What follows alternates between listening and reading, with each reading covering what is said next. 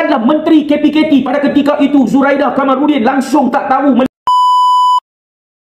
Dan pada ketika itu tuan-tuan, Menteri Perumahan dan Kerajaan Tempatan Zuraidah Kamarudin. Kementerian ini sebenarnya adalah untuk memainkan peranan penting di dalam dasar perumahan negara pada ketika itu. Ini di bawah kementerian inilah yang melibatkan dasar perumahan rakyat, PPR, penempatan semula, pengambilan tanah. Semua ini dibincangkan di bawah Kementerian Perumahan dan Kerajaan Tempatan.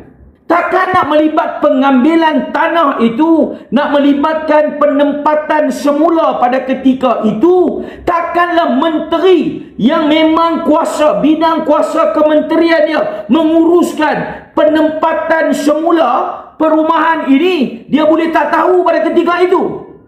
Takkanlah penempatan semula yang selalunya dibincangkan di dalam kementerian KPKT ini menteri boleh tak tahu. Ini bukan tanah di atas bukit, ini bukan tanah di hujung kampung, ini bukan tanah di hulu, ini bukan tanah di pendalaman. Ini adalah tanah di tengah bandar raya Kuala Lumpur, ibu negara Malaysia.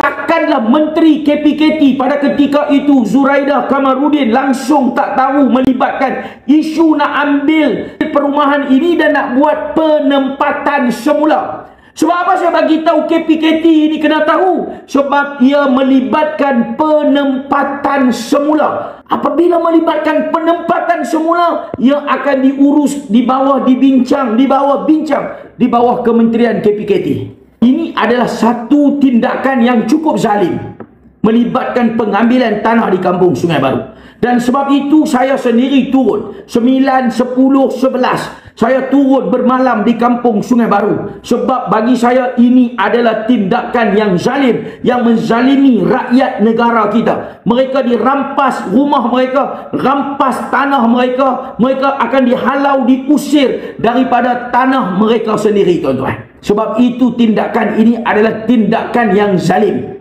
Tetapi hampa kena tahu siapa Perdana Menteri, siapa Menteri Wilayah, siapa Menteri KPKT.